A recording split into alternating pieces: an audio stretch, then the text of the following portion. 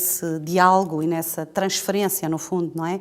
Que se pretende fazer e que tens verificado ser possível na prática, onde é que está, digamos, está ou não, ou existe ou não, o risco de uma certa diluição identitária, quer dizer, porque no fundo há sempre esta alternância, não é, entre uma consciência de identidade e um diálogo e desejo de conhecimento do outro, da alteridade, não é? De que forma é que isto acontece sem comprometer nem a identidade nem a relação com o outro? Eu penso que não há alteridade sem identidade. Os dois estão sempre juntos, não é? E, portanto, querer descobrir o outro é o outro na relação, na diferença. Embora seja o mesmo, é sempre o mesmo, mas também é diferente, não é? Portanto, não há que reduzir o outro ao mesmo, a nós próprios, não é? Exatamente. Não há uma redução, nem pouco mais ou menos. Há um conhecimento. Não é um espelho. Não é um espelho, exatamente. E, sobretudo, o que é importante dizer-se é que, ao relacionar, quando eu digo comparar, relacionar, agora aqui falo em duas obras, por exemplo, não é? De duas literaturas. Ao relacionar, eu não vou hierarquizá-las, não é? Eu não vou dizer que esta obra alemã ou esta obra de literatura francesa, por exemplo, é superior a uma que foi escrita em francês, mas no país do Maghreb, não é? Não há aqui essa hierarquização. E aqui se percebe a dificuldade que uma disciplina como a literatura comparada teve em implantar-se nas nossas universidades. Não é? Porque põe em causa, efetivamente, as tais hegemonias, a literatura alemã, a literatura francesa, a literatura inglesa, não é? A partir do momento em que o que eu vou relacionar podem ser temas transversais, não é? Portanto, eu vou valorizar aquilo que há para valorizar em cada uma delas. E ao confrontá-las, o que eu tiro é a especificidade de cada uma. Conheço melhor aquela, mas conheço também melhor a minha, não é? Exatamente. Portanto, o olhar sobre o outro é sempre um olhar de um eu sobre o outro. Ao mesmo tempo, uma construção cultural, não é? Portanto, há sempre um retorno sobre mim mesmo e sobre aquilo, a minha produção. Portanto, não se trata de uma entrada de um olhar relativista, onde diz que tudo é equivalente, nem pouco mais mas ou menos. Sim não. De uma capacidade de identificar o valor. O valor daquilo que é diferente, não é? Sim, que pode, inclusivamente, revalorizar, em determinados termos, não é? Aquilo que é meu também, não é? Portanto, à partida, o meu ponto de partida, não é? Pois, o que é importante é não haver, de facto, essa hierarquização e não haver uma banalização. Claro, porque, não é isso. Exatamente. E esse ponto também me parece muito importante, evitar essa banalização, esse tornar tudo mais plano, não é? Porque, nada disso. Porque precisamente em certos discursos do encontro com o outro e da alteridade, verificamos, ou eu noto por vezes, uma espécie de tentação de assumir uma atitude quase turística, quer dizer, vou ver a coisa exótica, interessante, que não é o verdadeiro contacto de conhecimento, não é o verdadeiro amor, não é? Mas aí temos que ter em conta, portanto, quem analisa, ou seja, o crítico, ou o leitor, o receptor, tem que ter em conta os quadros mentais, não é?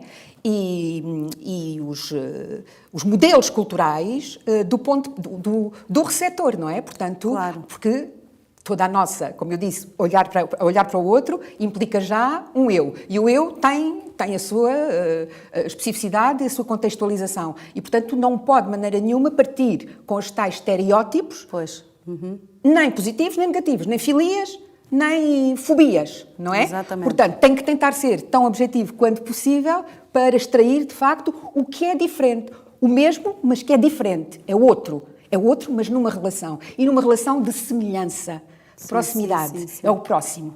Exatamente. É no sentido do próximo e não do mesmo. Exatamente. Pois essa distinção para mim parece-me é importantíssima. Justíssima, ou seja, um elemento do humano, não é? Que ressalta na transversalidade e na variedade e diversidade das culturas e provavelmente essa é justamente uma das dimensões mais agradáveis dessa relação nas comunidades de leitores, que são muito heterogéneas, não é? Exatamente. Com pessoas vindas de muitos lados e que se sentem reconhecidas. Reconhecidas, exatamente. Eu dava, por exemplo, o exemplo a questão da oralidade. Muitos miúdos, por exemplo, nas escolas, enfim, esses miúdos oriundos dos países, por exemplo, africanos, não é? Em casa não há livros, não é? Mas há oralidade, há histórias. Os pais e os avós contaram histórias. Portanto, por que não a partir de um tema, o mar, por exemplo, ou a ilha, sei lá, não é? Claro, a mulher, sim, a criança, não interessa, um tema qualquer. Portanto, fazer vir à escola, não é? Essas memórias orais que esses miúdos têm em casa, não é? Claro. Isso faz com que, imediatamente, ele seja integrado, ou se sinta integrado num tema que, à partida, podia estar distante, porque é de um determinado escritor, mais difícil, enfim. Isso é um dos exemplos. Claro, porque no fundo isso parece-me que é também uma forma de ajudar a fazer história, quer dizer, de ajudar, não é, o estudante ou a pessoa interessada a perceber-se dentro de um fluxo que tem uma tradição, que tem um contexto, que tem uma cultura, não é? E trazê-lo para o hoje, fazer com que a história se torne memória viva, não é? Exatamente. Atuante. Tocaste precisamente nesse ponto da memória, exatamente, importantíssimo. Fazer esse contínuo, não é? Eu penso que temos que ter atenção, nós nas nossas áreas, que o conhecimento não fique desfragmentado e solto, mas inserido num fluxo que permite vê-lo de outra forma. Exatamente. E isso, evidentemente, cria uma identidade boa nesse sentido. Claro, não é? claro. Se sentir ligado a qualquer coisa, mas com uma especificidade, que não é diferente, não é superior à outra, mas é outra, mas é a mesma, é próxima. Claro. E essa proximidade que eu acho que só os estudos comparados permitem. E proximidade com as outras, o interrelacional, transdisciplinar, interdisciplinar, interartes, não é? Portanto, ao mesmo tempo, ler um texto, ou ler um filme, como tu bem sabes, exatamente. ou ler um quadro, como tu bem sabes também, não é? Portanto, essa leitura, essa relação, essa comparação, essa transmigração, não é?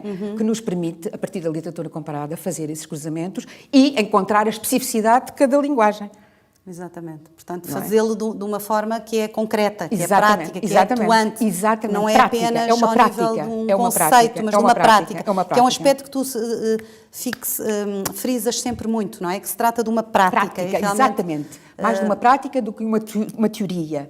Não há um método específico, há sim orientações, muitas, eu já disse há bocado, há muitas orientações, tendo em conta as relações extraordinárias que se podem estabelecer entre textos, entre autores, etc. Agora, é evidente que se trata de uma disciplina extremamente exigente.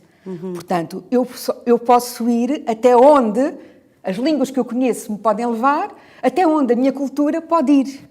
Claro. Não é? Portanto, é uma disciplina extremamente exigente, é o que eu digo sempre aos alunos, não é? Portanto, línguas, culturas, portanto, uma cultura geral muito grande. É, de facto, um instrumento, a literatura comparada é um instrumento de cultura geral.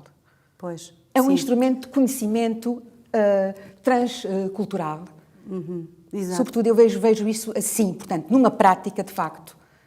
Claro. Acho que pode trazer-nos benefícios múltiplos, se for introduzida, portanto, esta disciplina, a prática de disciplina, se for introduzida nas nossas escolas a um nível até mais básico e mais elementar. Claro, se começar mais cedo necessário. Não é por acaso que um grande comparatista, o René Thiamble, dizia que a literatura comparada é um humanismo. Exatamente. Esse é o ponto, por isso percebo que digas, que fales da exigência, exatamente. Porque é uma exigência do humano, quer dizer, digamos, de um certo ponto de vista, a pessoa com uma bagagem, mais com uma consciência de si, da sua identidade, da sua cultura, do seu meio, do seu contexto, do outro, tem mais capacidade, porque a literatura fala de experiências, não é? Não de teorias, mas de experiências, e esse aspecto que tu frisas também me parece fundamental. Exatamente.